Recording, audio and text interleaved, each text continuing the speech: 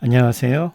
예, 챕터 11장 의사결정과 지식경영에 대해서 이야기하도록 하겠습니다.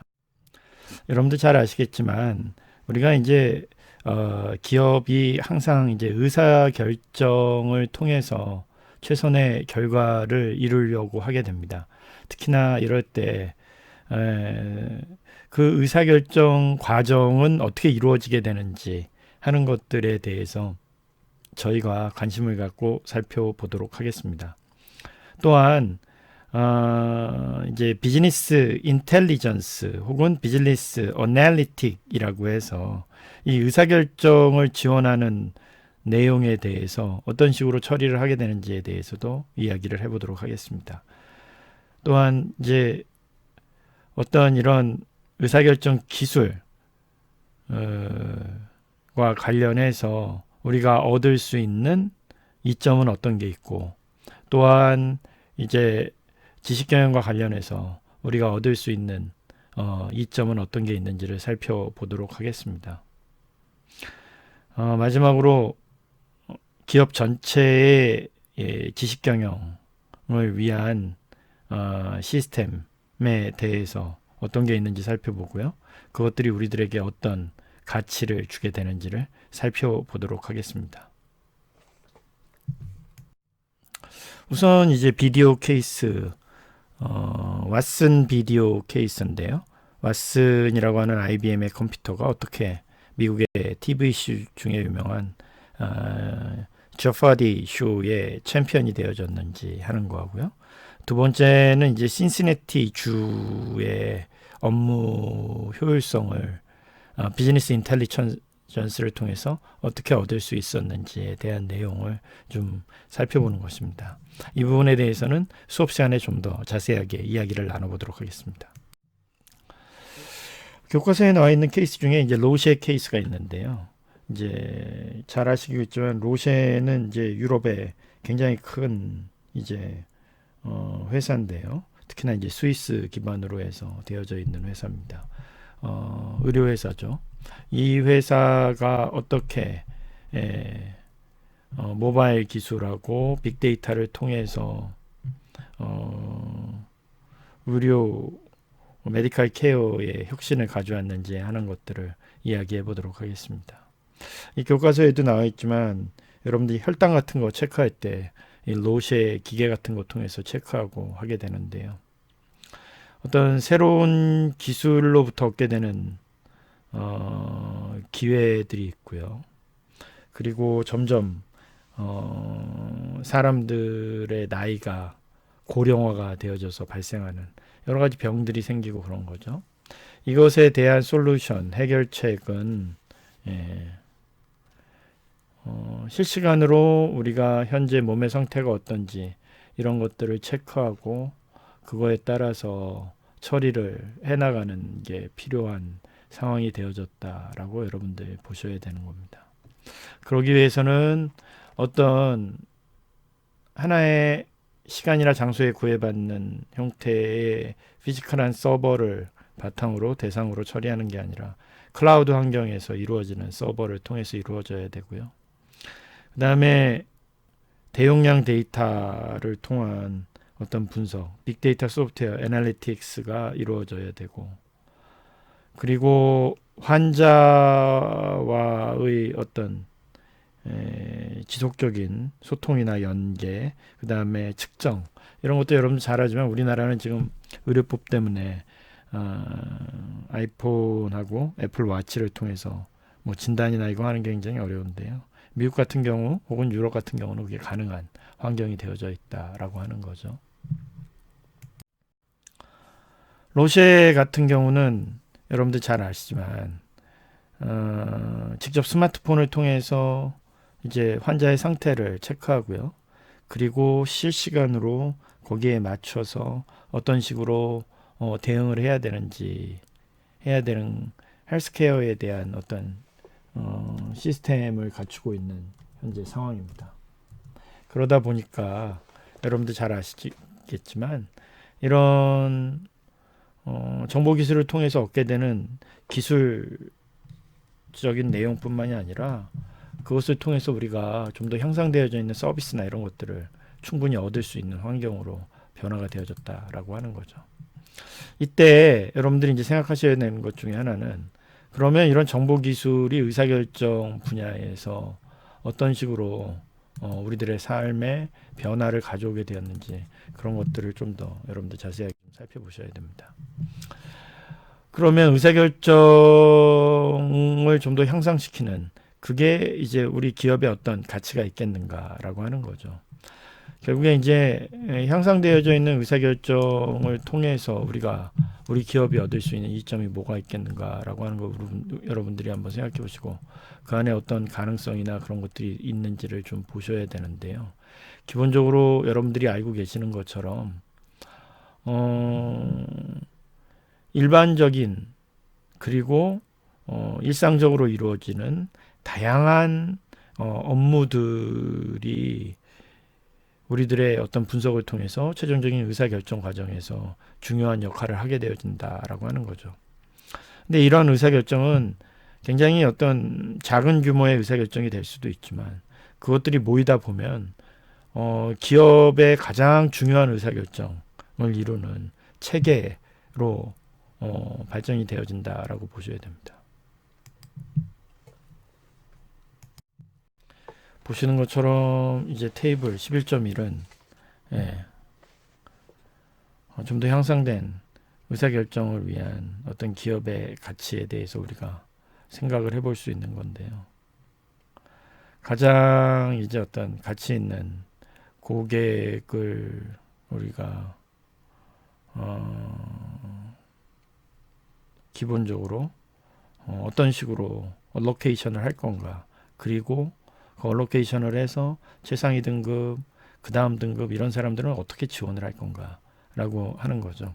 이거는 이제 회계 담당자가 의사결정을 내리게 되고, 그 의사결정은 해마다 한 12건 정도의 의사결정, 이게 기업에 미치는 어떤 가치는 한 10만 달러 정도, 애니얼리는 한 120만 달러 정도 되어진다라고 하는 거죠.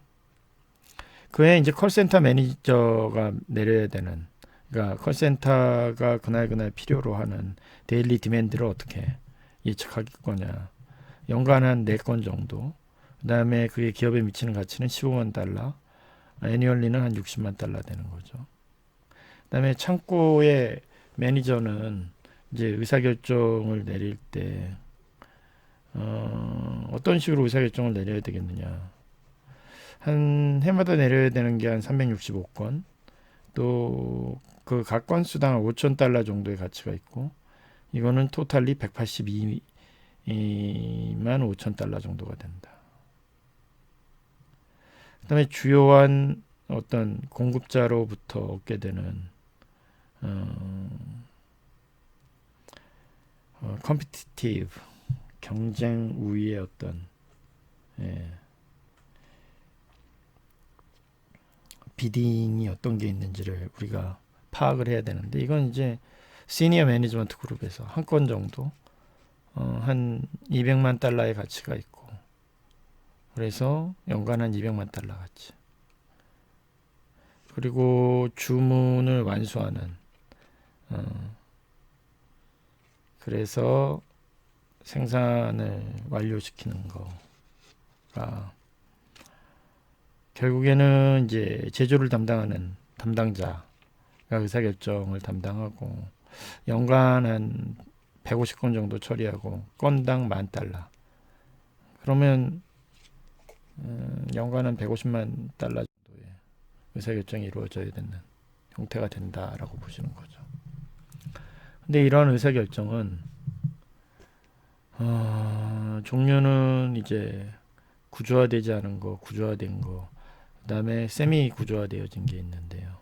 구조화되어지지 않은 의사결정은 결국에 잘 아시지만 일상적인 형태의 어떤 의사결정 과정이 아니고 굉장히 상위 레벨이고요.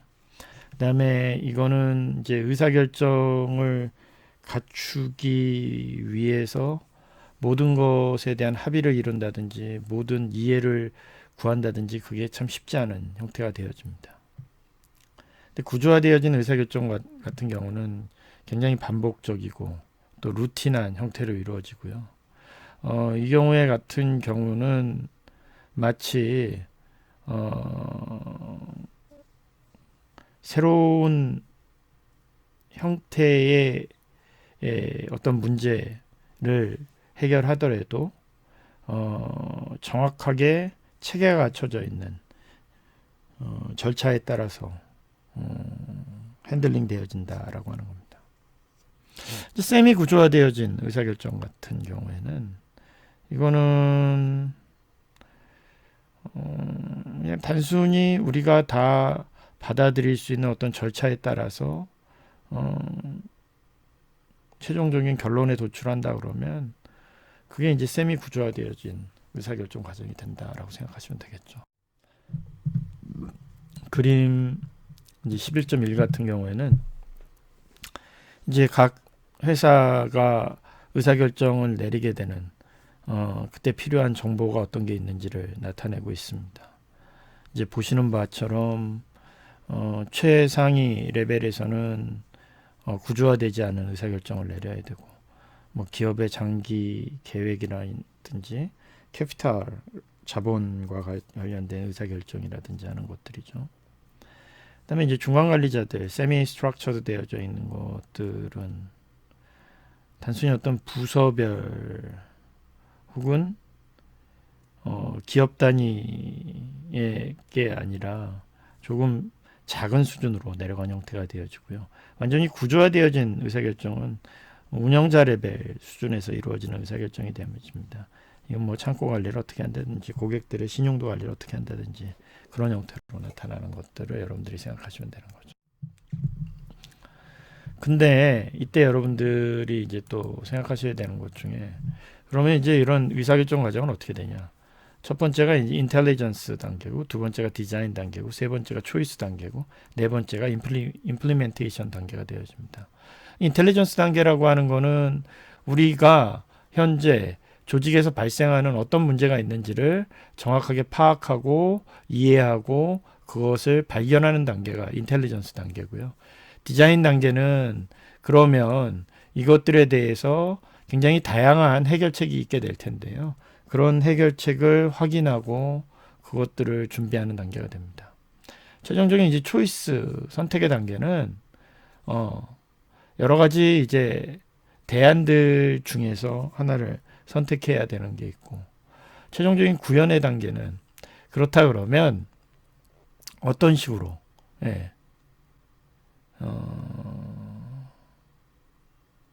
최종적으로 어떤 워킹할 수 있는 제대로 효과를 낼 수 있는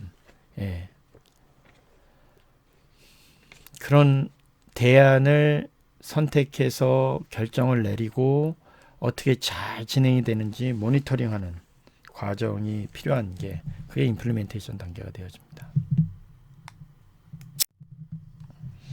그림에서 보시는 것처럼 인텔리전스 단계를 거쳐서 디자인 단계, 그리고 초이스 단계, 최종적으로 임플리멘테이션 형태로 이루어지게 된다라고 여러분들이 생각을 하시면 됩니다.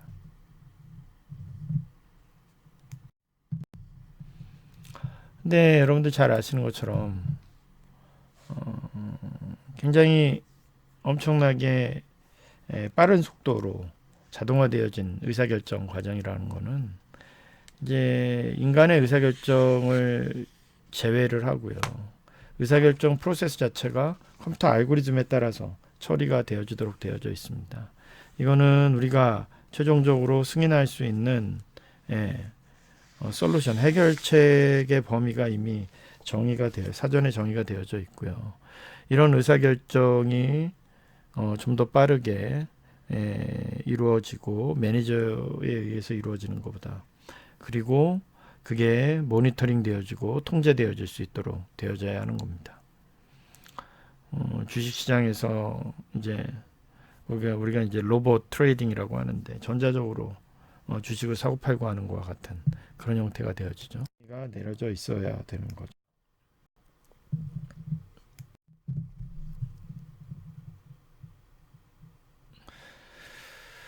그러면 비즈니스 인텔리전스 환경은 6가지 비즈니스 인텔리전스 환경의 엘리먼트들이 있습니다. 첫 번째가 기업의 환경으로부터 얻어지는 데이터 형태가 되어져야 되고요. 두 번째가 이제 비즈니스 인텔리전스 인프라스트럭처가 중요한 구성 요소가 되어지게 되는 거죠. 그러니까 뭐 파워풀한 데이터베이스 시스템 같은 것들이 갖춰져 있다든지 하는 게 굉장히 중요할 거고요. 세 번째는 이제 비즈니스 어널리틱 툴셋인데요. 이거는 이제 소프트웨어 툴이죠. 데이터를 분석하고 어떤 리포트나 보고서를 생성하고 그리고 뭐 의사결정자들이 가질 수 있는 질문에 대해서 제대로 된 대답을 제공해 줄 수 있어야 되겠죠. 그리고 이제 어떤 경영 관리자들 그리고 그 이제 방법론들이 있어야 되는데요. 이런 비즈니스 인텔리전스 하드웨어나 소프트웨어는 사람의 어떤 이제 사고방식이나 그런 거하고 동일해야 되는 거죠. 그래서 어떤 관리자들이 이제 원하는 분석, 그 다음에 처리, 데이터 처리 이런 것들을 처리할 수 있는 매니지리얼한 방법들이 있어야 된다라고 하는 거죠. 이것과 관련되어져 있는 이제 딜리버리 플랫폼은 여러분들 잘 알고 계시겠지만 이제 뭐 MIS 시스템, 그다음에 DSS, Decision Support System, ESS, Executive Support System, 중역 뭐 정보 지원 시스템 이런 식으로 되겠죠. 그다음에 이제 사용자 인터페이스 같은 경우는 여러분들 잘 아시지만 이제 비주얼라이제이션이 되어지는 데이터 비주얼라이제이션이 가능한 형태의 인터페이스 형태를 갖춰야 된다라고 생각하시면 됩니다. 그림 11.3은 비즈니스 인텔리전스, 그다음에 의사결정과 관련되어진 형태의 툴에 대해서 이야기를 하고 있습니다. 그림에서 보시는 것처럼 이제 기업 환경에서부터 다양한 데이터들이 모여지면요. 그게 데이터베이스나 데이터 웨어하우스, 데이터 마트 혹은 이런 분석을 위한 플랫폼으로 처리가 되어지는데 이때 이 분석을 위한 툴셋에서는 이것을 분석할 수 있는 여러 가지 모형들 그 다음에 대용량의 데이터로부터 우리가 알지 못했던 미지의 어떤 패턴이나 지식이나 정보를 얻는 데이터 마이닝 기법, 그 다음에 온라인 애널리티컬 프로세싱 기법, 그 다음에 이 분석한 내용에 대해서 보고하고 그것들을 어떤 빅데이터 형태의 분석 툴에 처리할 수 있도록 하는 것들이 되죠. 그러면 이것들과 관련되어져 있는 어떤 매니지리얼 사용자들하고 방법들은 이것들과 관련된 어떤 비즈니스 스트래티지 전략이나 혹은 그 전략을 처리할 수 있는 성과 관리, 그 다음에 그것들과 관련되어 있는 밸런스 스코어카드나 BSC라고 하죠. 아니면 이제 그것들에 대해서 예상을 하는 포캐스팅 이런 과정들이 MIS나 DSS나 ESS 플랫폼에 따라서 최종 사용자 인터페이스를 통해서 제공이 되어지고 그걸 가지고서 이제 의사결정이 내어져야 되는데 최근에는 워낙 스마트폰이나 스마트 패드를 많이 사용하기 때문에 모바일 환경에서 이게 다 처리될 수 있는 환경으로 가야 된다라고 하는 겁니다. 그러면 이것과 관련되어져서 생각해 볼 수 있는 첫 번째로는 어떤 생산과 관련된 보고가 이루어져야 되는 거죠. 이것들은 그러니까 어떤 산업에 특화되어져 있는 요구사항에 맞춰져서 해야 되고요. 그 다음에 parameterized report 같은 경우는 사용자가 몇 가지 변수나 이런 것들을 기입을 했을 때 그걸 통해서 최종적인 어떤 데이터의 어떤 필터링이나 혹은 그것들을 통해서 얻게 되는 결론이나 이런 것들을 얻게 될 수 있도록 하는 거죠. 쉽게 얘기하면 어떤 지역이나 어떤 시간대 같은 것들에 대한 정보를 입력을 했었을 때 그거에 따라서 어떤 제품의 판매가 어떻게 이루어지고, 그러니까 지역별 시간별로 제품 판매가 어떻게 다르게 이루어지고 하는 것들에 대한 결과가 나와야 되는 거죠. 이 스타벅스에서 많이 일한다 그러면 스타벅스의 뭐 텍사스 지역, 그다음에 아침 시간대에는 매출이 얼마나 되더나 이런 게 나타나는 거죠. 그리고 대시보드 같은 경우에는 전체적인 현재 실적이나 퍼포먼스 같은 게 사용자한테 보여줘야 되는 거고요. 애드오컬이나 서치나 리포트 크리에이션 같은 경우는 잠재적으로 우리가 막 필요로 하는 검색 결과를 얻고자 하거나 할 때 사용하고, 드릴다운 같은 경우는 좀 더 세밀하게 깊이 있는 디테일한 내용을 찾으려고 할 때 하는 거고요. 그리고 포캐스팅, 시나리오, 모델 같은 경우는 우리가 예측을 하고 얻고자 하는 내용들, 그게 뭐가 되는지 그 내용을 파악할 때, 사용할 때 처리하게 되는 형태가 되어집니다. 그러면 그림 11.3에 나와 있는 것처럼 이제 비즈니스 펑션 에어리아가 판매의 경우에는 뭐 우리가 판매 예측이 얼마나 되는지, 팀별로 퍼포먼스가 어떻게 나타나는지, 근데 서비스나 콜센터 같은 경우에는 고객 만족도는 어떻게 되고, 그 다음에 이 서비스 비용이나, 그 다음에 이거를 이탈률은 얼마나 되고, 이 마케팅 같은 경우는 이런 캠페인과 관련되어 있는 효율성은 어떻게 되고, 그 다음에 이것과 관련되어 있는 로열티나 이런 것들은 어떻게 되는지, 그 다음에 프로큐어먼트나 서포트 같은 경우에는 이런 것들과 관련돼서 어떤 구매나 지원이 어떻게 되는지 이런 것들을 살펴봐야 되는 거죠. 결국에는 직접적, 그러니까 간접적인 어떤 비용이나 그리고 구매, 그 다음에 공급자의 성과가 어떻게 되는지 봐야 되고, 서플라이 체인 상에서는 결국에는 현재 상황이 어떻고 효율적으로 어떤 오더 사이클이 어떻게 운영되고 있고, 비로 머티리얼 같은 경우는 어떻게 되는지, 재무와 같은 경우에는 우리가 일반적으로 알고 있는 원장 관리라든지 계정 관리라든지, 그 다음에 미수금이나 미지급금은 어떻게 되는지, 현금 흐름은 어떻게 되는지, 수익성은 어떻게 되는지 그런 것들을 보려고 하고, 휴먼 리소스 같은 경우는 여러분들 잘 아시겠지만 이제 종업원들의 생산성이나 혹은 어떤 보상이나, 그 다음에 어떤 인력 구조, 그 다음에 인력에 대해서 어떤 식의 이제 성과에 따른 리워드나 이런 식으로 어떤 식으로,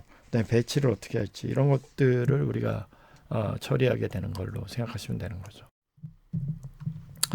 우리는 이제 프리딕션 어널리시스라 그래서 결국에 어떤 사용자들이 이제 어떤 통계적인 분석이나 데이터 마이닝이나 혹은 통계적인 혹은 히스토리컬한 데이터셋을 갖고서 미래의 상황을 예측하는 형태가 되는 거죠.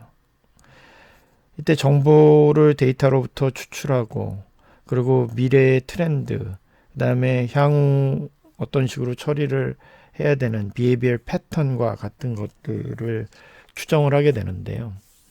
여러분들이 잘 아시는 것처럼 이거는 다이렉트 마케팅 캠페인에 의한 어떤 성과를 추정하거나, 아니면 가장 잠재적인 우수 고객들에게 크레딧 카드를 만들게 한다거나, 아니면 이제 위협 상황에 있는 상당히 크레딧 관리가 안 되거나 그런 고객들이 어떤지, 그 다음에 가격 변화나 새로운 서비스에 대해 고객의 응대나 대응이 어떤지 이런 것들을 우리가 파악하는 형태가 되는 거죠. 약 한 90% 혹은 65% 정도의 어떤 정확도를 갖고 이런 것들을 파악하게 되는 거죠. 이 빅데이터 분석이다라고 하게 되면, 빅데이터 분석은 마찬가지로 프리딕티브 어널리틱인데요. 이때 데이터 자체가 굉장히 대용량의 데이터셋을 사용하는 거죠. 이런 대용량의 데이터셋은 이제 인터넷을 통해서 생성되어지는 것이 많은데요.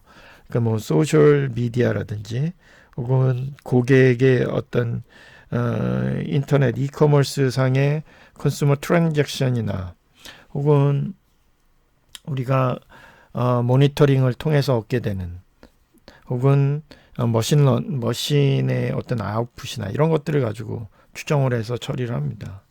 이런 것들이 다 이제 커스터머 데이터와 결합이 되어져서 이 빅데이터 분석이 이루어지게 되는데, 쉽게 얘기해서 여러분 그걸 통해서 우리가 이제 어떤 스마트 시티와 같은 그러니까 인터넷 오브 띵이 이루어지는 형태의 도시가 이루어지게 되는 거죠. 그러니까 무슨 유틸리티, 전기나 수도나 이런 것들의 관리라든지 혹은 교통망의 흐름을 관리한다든지 헬스케어, 의료 관리, 그다음에 퍼블릭 세이프티 같은 경우 처리하게 되는 형태가 된다라고 하는 겁니다. 이때 여러분들 이제 오퍼레이셔널 인텔리전스하고 어널리티라 그래서 이제 운영과 관련되어져서 매일매일 이제 루틴하게 이루어지는 일들을 모니터링하고 그것에 따라 의사결정 내리고 활동을 하게 되는 것이 오퍼레이셔널 인텔리전스죠. 이거는 이제 실시간으로 모니터링이 이루어져야 되고요. 슈나이더 내셔널 트럭 로드 로지스틱 서비스 프로바이더 같은 경우는 트럭에 센서를 달아서 그다음에 기차나 이제 어떤 산업 시스템에 센서를 달아서 거기서 얻은 데이터를 가지고 분석을 통해서 어떤 식으로 운송이 이루어지게 되겠구나, 유통을 어떻게 관리해야 되겠구나, 그런 식으로 처리하게 됩니다. 이거는 결국엔 이제 사물 인터넷과 연관이 되어져서 이 사물 인터넷을 통해서 엄청나게 많은 데이터 흐름을 얻게 되고, 그로부터 저희가 효율적으로 그 다음에 아주 효과적으로 운영 처리를 하게 만드는 것이 있게 된다라고 하는 겁니다.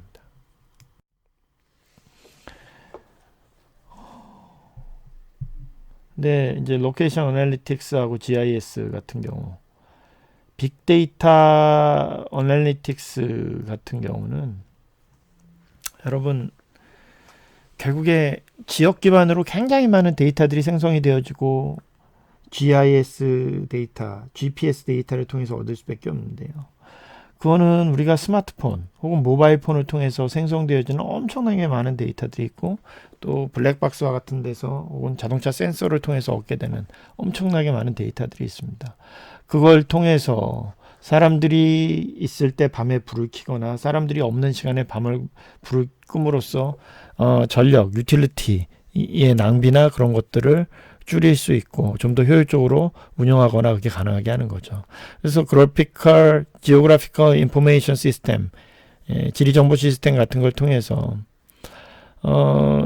우리가 이제 실질적으로 지도상에서 어떤 식으로 비주얼라이제이션 해서 문제를 해결하고 처리해야 되는지, 그리고 각각의 지도상에서 발생하는 문제가 어떤 식으로 처리가 되는지에 대해서 우리가 이제 GIS 혹은 로케이션 베이스드 어널리틱스를 통해서 처리하게 된다라고 하는 거죠. 그림 11.4를 보시면 이제 IT 개발자에서부터 슈퍼 유저, 비즈니스 어널리틱, 어널리티컬 모델러들이 있고, 이 사람들이 이제 제품 같은 데 보고서나 혹은 그것과 관련돼 있는 뭐 시간이나 지역에 따라서 어떤 나타나는 뭐 세일스 보고서 혹은 대시보드나 스코어 카드 작성 혹은 잠재적인 뭐 필요에 따라서 임시적으로 어떤 뭐 좀 더 세부적인 분석을 한다거나 올랩 온라인 어널리티컬 프로세싱 처리를 한다거나 혹은 예측을 하거나 와리프 분석을 통해서 하거나 통계적인 분석을 통해서 하는 형태를 볼 수 있죠. 그러면 거기에 따라서 고객이나 공급자들 혹은 직원들, 그다음에 시니어 매니저나 그냥 일반 중간 관리자나 혹은 요거 분석을 처리하는 비즈니스 어널리틱스를 처리하는 애널리스트, 이런 사람들과 연계되어져서 업무가 처리되어진다라고 하는 것들을 보실 수가 있습니다. 그러면 우리가 세미 스트럭처드 되어져 있는 의사결정을 어떻게 내리느냐라고 하는 거죠. 의사결정 지원 시스템 DSS 같은 경우는 비즈니스 인텔리전스를 통해서 이제 슈퍼 유저들이 그들 자신의 어떤 보고서나 그다음에 어떤 좀 더 심도 있는 분석 결과나 그런 것들을 얻으려고 어떤 모델을 사용하거나 아니면 분석 툴을 사용하게 되는 거죠. 이때 이제 와리프 분석이나 뭐 민감도 분석, 센시티브 분석 혹은 뭐 고올 프로그래밍 혹은 백워드 센시티브 분석 혹은 피봇 테이블을 통해서 그러니까 XY 테이블을 서로 어떤 축에 따라서 변동을 해서 그 내용을 살펴본다거나 하는 거죠. 아니면 이제 민감도 분석을 통해서 우리가 어떤 결과를 얻거나 할 때 사용하게 되어집니다. 그림 11.5를 보시면 이게 바로 여러분 이제 센시티브 어널리시스 내용이 나와 있습니다. 이거는 보시는 것처럼 토탈 픽스드 코스트가 있고 그 다음에 베어리어블 코스트, 유닛당 베어리어블 코스트가 있고 그 다음에 이제 평균 판매 가격이 있고 그리고 어떻게 된 이제 마진이 나오게 되고요. 브레이크 이븐 포인트가 있습니다. 그러면 이거에 따라서 판매를 하는데 가격이나 이런 것들이 어떻게 되는지를 봐야 됩니다. 이 테이블이 보여주는 내용은 결국에는 세일즈 프라이스 자체의 변화가 어떤 식으로 이제 우리 회사에 영향을 미치게 되는지 그것들을 이제 우리가 민감도 분석에 따라서 처리를 하게 되는 거죠. 결국에는 이제 베리어블 코스트의 변화에 따라서 나타나는 형태로 보시면 되는 겁니다.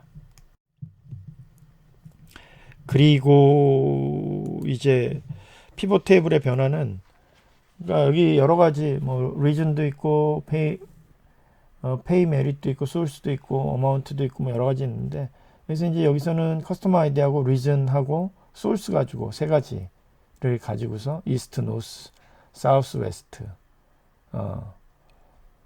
그랬을 때 총 토탈이나 이런 것들이 어떻게 나타나는지를 좀 살펴보도록 하는 형태가 되죠.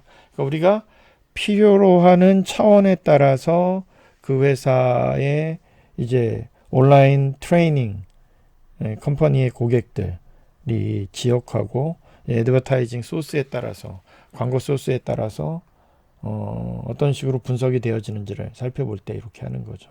지역은 어떻고 그다음에 애드버타이징 소스는 어떤지 그거에 따라서 우리가 얻게 되는 수익이 어떻게 되는지 그것들을 살펴보는 그림이 되어집니다.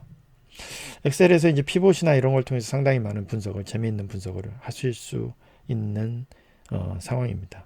네, 여기까지 해서 우선 11장의 첫 번째 동영상 강의를 마무리하고요. 두 번째 강의에서 다시 찾아뵙도록 하겠습니다. 수고 많으셨습니다. 감사합니다.